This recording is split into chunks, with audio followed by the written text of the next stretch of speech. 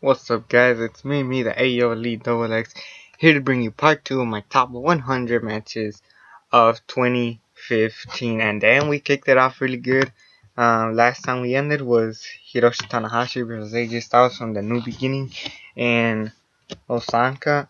Definitely a really good match that you guys should definitely check it out. But now we're gonna go from number 75 through 51. So let's just kick it off. Coming in at number 75, we got Charlotte, Bayley, Sasha Banks, and Becky Lynch in a Fatal 4-Way match at NXT Rival. This was a really fun match. One of the more underrated matches in the Takeover specials, but definitely one I'm never gonna forget. It was a lot of fun, and you should definitely go check it out. And plus, this is the start of the Sasha Banks era, I guess you could call it, because this is when Sasha Banks won for the championship. And yes, it was great to see Sasha Banks win the championship. Next is the Trios Tag Team Championship Finals. We got the team of Big Rick, the Mac, and Killshot versus the team of Angelico, Son of Havoc, and Ivelisse, and a team of Prince Puma, Cage, and Prince Puma, not Prince Puma, Cage, King Cuerno, and Tejano.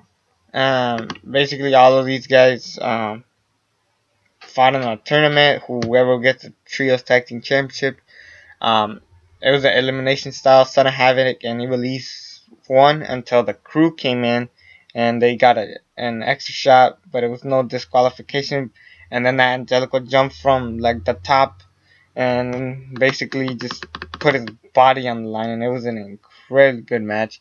And finally, we get the Trios Tag Team Championships, a team that's a lot of fun, and we could all enjoy. So definitely a good match for sure.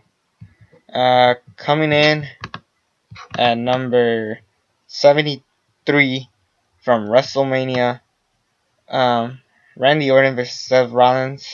Basically the RKO out of nowhere. Plus the match was also really good for a while. This was my match tonight until later. But definitely most memorable thing is the RKO out of nowhere. But a lot of other cool stuff. These guys actually do have very good chemistry. Sadly, without if they don't have interference in their matches, they could actually pull off a really good match. Think about that, WWE. Coming in at number 72 from TNA Destination X, Kurt Angle versus Austin Aries. Kurt Angle wins, and these guys obviously have good chemistry. I want Kurt Angle to come back to WWE.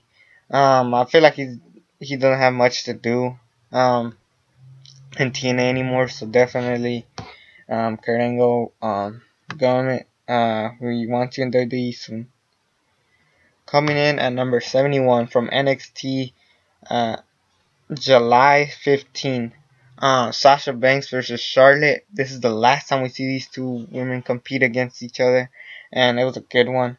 Definitely a great way to say goodbye to these divas, because after this, I believe they went back to the main roster. Well, Charlotte did, and Sasha Banks did also, but she was still the women's champion.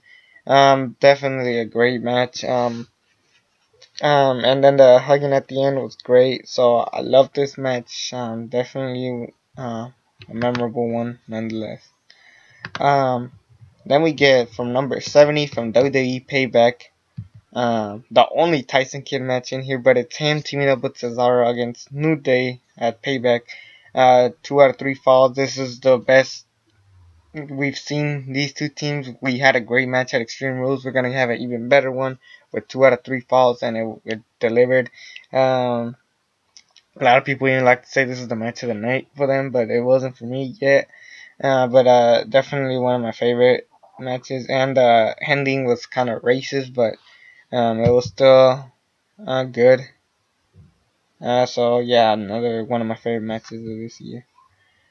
Next, from coming in at number 69, Lucha Underground's Ultima Lucha We got Johnny Mundo versus Alberto El Patron. Basically, the rematch that we wanted. It was very good, much better than the first one, even though that one was also good.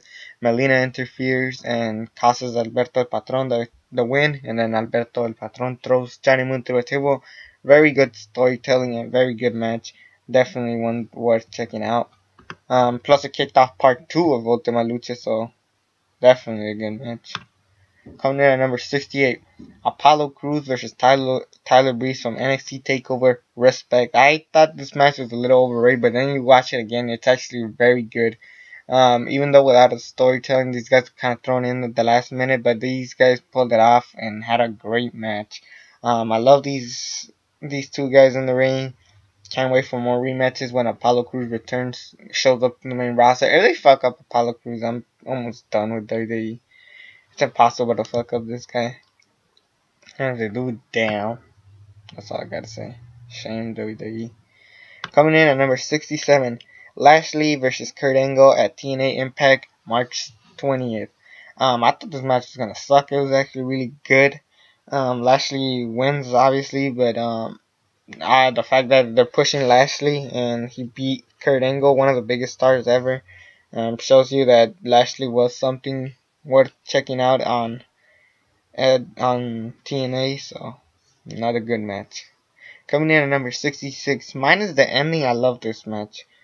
WWE SummerSlam's Undertaker versus Brock Lesnar. The rematch that we thought was gonna suck, but it was way much better than expected considering the WrestleMania 30 match had no build up and no hype. This one had hype and build, and they kick it off very strong. It was a great match. The scene where both of these guys are laughing was a markout moment, and it was a really funny moment too. And then Undertaker tapped out. You guys got know that, but instead the ending was so stupid. But it was really dumb ending. But I still loved the match, bar none. It was a really fun match. But coming in at number 65 from ROH All Star Extravaganza, we got AJ Styles, Adam Cole, Roderick Strong, and Michael Elgin. In a fatal four for a number one contender spot. This was a great fatal four way. Finally, a fatal four way where it's not just two guys while the other two are outside. They finally figured out how to make all these people work. AJ Styles wins. Obviously, can you blame him? Like, do you really want to see Jay Lethal take on Michael Elgin or Adam Cole? Well, maybe Adam Cole. Roderick Strong, we've seen it a lot of times. It didn't matter. Plus, AJ Styles, the biggest star of the indie wrestling, so it made sense for him to take on Jay Lethal. Coming in at number 64, a dream match from WWE's Beast in the East, Chris Jericho versus Neville. I thought Neville was gonna win, but Chris Jericho pulled it off, and we kicked it off with a really good match. Like I said, it's a dream match. We finally got it, and yeah, it was just all out fun. Obviously, we had a younger Chris Jericho. We would have a lot of fun with this match. It was still a really great match. Definitely one of the better openers on the show. Coming in at number 63, another opener of the show, WWE's TLC, New Day, Usos, and the Lucha Dragons in a ladder match. This is the moment where Kalisto made his moment of shine where he did his signature move on one of the Usos. Oh, on the ladder, it was so hardcore. The commentary was funny with Xavier Woods taking over. It was just an all-out perfect match. Too bad it was the opener and they didn't have blood, which would have definitely helped this match a little bit, not a lot, definitely just a little bit. Coming in at number 62 from WWE Fastlane, Roman Reigns versus Daniel Bryan. Winner takes on Brock Lesnar at WrestleMania. At first, we were all mad that Daniel Bryan lost, but we could get over it now. And it was still a great match. Definitely Roman Reigns' first really good match. He's had some okay matches in the past, but this is the one where he actually stood out. Even if you might think that Roman Reigns got carried by Daniel Bryan, it takes two to tango, so definitely Roman Reigns also pulled it off. I mean, definitely a good match. Coming in at number 61. Oh shit. Coming in at number 61, EC3 versus Rockstar Spud from TNA Impact, March 13, a hair versus hair match. This was bloody and crazy with EC3's hand being like kind of torn off, and he uses that against Rockstar Spud and he's bleeding. Tyrus brought his clay interferes a lot, but fuck that guy. It was still a great match. Obviously, EC3 was gonna win. He's undefeated, and he's definitely not gonna lose to Rockstar Spud. And definitely, at the time, people like to say it's TNA's best match of the year. So you could definitely check that out. Coming in at number 60 from WWE Payback, Seth Rollins, Dean Ambrose, Roman Reigns, and Randy Orton in a fatal 4-way match for the WWE Championship. The only thing that stopped it from being higher was the fact that J&J and Kane were interfering consistently, but it was still a great moment. And the markout moment where they do a triple powerbomb on Randy Orton. They were going to do a Shield reunion, but instead they beat the shit out of Seth Rollins. We have a tease for Roman Reigns and Dean Ambrose in the future. And we got the debut of Seth Rollins' pedigree. Yeah, not the strongest thing to say, but it was still a great, fun match, and I loved it. Definitely another one that's worth checking out. And this is the first match that I give 4 1/4, I believe. Yep, this is the first match I give 4 1/4. So that means we're getting close to the 4.5, 4 3/4, 5 stars. So we're getting close, people. Coming in at number 59, we got from WWE Raw, June 29. John Cena taking on Cesaro in a US Open Challenge. This was a great match. We actually thought Cesaro was going to win. I remember in my Raw review of this show, I said push Cesaro multiple times, and we got the push that we wanted. Sorta. But then Kevin Owens interferes in the match, so that cost Cesaro a chance at the championship. And that sucked, but thankfully, we get a rematch the next night. The next night and the main event. So this was a great preview to our next match, you could say. Jay Lethal versus Roderick Strong from ROH is September 9. This is believe this is the one where Roderick Strong gets a rematch finally. After the 60-minute time limit draw, and he gets his rematch, and it was a clean it's a nice win for Jay Lethal. Even though Roderick Strong lost, we still enjoyed the match nonetheless. Coming in at number 57, AJ Styles versus Adam Cole from ROH Worlds. I like this match a lot. I thought it was so good. This is a match that I really wanted to see this year. Even though I'm pretty sure we've seen it multiple times before, it was still great to watch Adam Cole taking on AJ Styles, and I love the match. What can I say? Coming in at number 56, Daniel Bryan versus Seth Rollins from WWE Raw, February 2nd. The winner took on Roman Reigns at Fastlane. It was a great match. Finally, we get an amazing match. I'm saying that we missed Daniel Bryan, and we hope he's better now. Minus the Big Show Roman Reigns interference, it was still great. And Daniel Bryan won. Obviously, he was gonna win. Can you blame him? So, definitely a great match. Coming in at number 55, Roman Reigns versus Cesaro from WWE Raw, November 16. This is the semifinals. Winner took on Alberto Del Rio at Survivor Series. This cost Cesaro an injury, and obviously Roman Reigns is gonna win, but this definitely showed that Cesaro still got it, and he carried Roman Reigns to a much better match.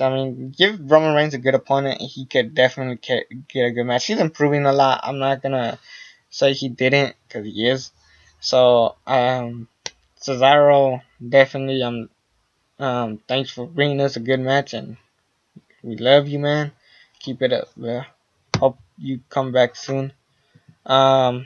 Shit. What happened? Coming in at number 54, Togi Makabe versus Tomohiro Ishii from New Japan Pro Wrestling's Wrestle Kingdom 9.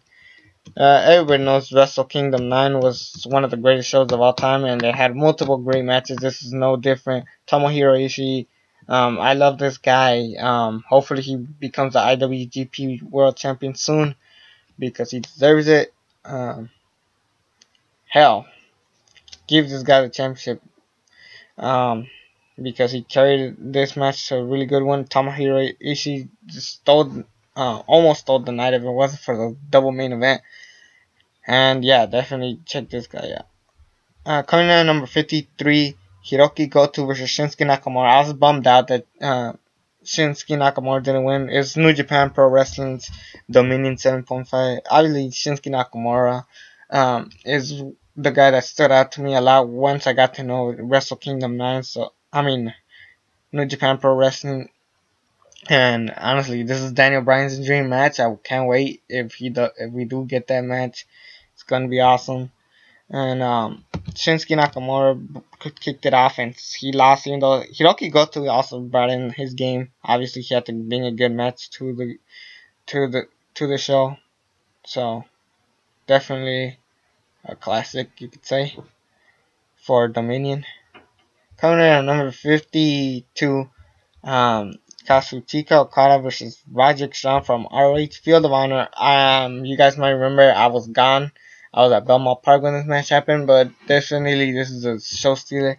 Honestly, it's a dream match for me because Kazuchika Okada and Roderick Strong sound like a pretty decent dream match. I didn't like Jay Lethal versus Kazuchika Okada, but definitely another one that's definitely worth checking out.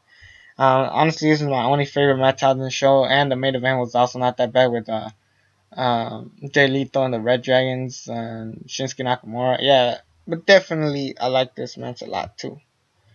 Coming in at number 51, this is the last one I'm going to talk about. Kevin Owens versus Finn Balor from March 25th, NXT.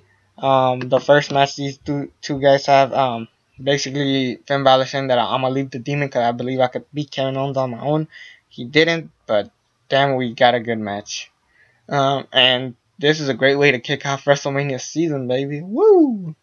Yeah, because Kevin Owens and Finn Balor definitely started their feud here, and thankfully it didn't suck, because I love these two guys in the ring, and I can't wait to talk about their other matches. Anyways, that will be it for part 2 of my top 100 matches of the year. It's me, the ALE Double X. Hope you enjoyed this, and until then, I'm out. Please subscribe to this channel.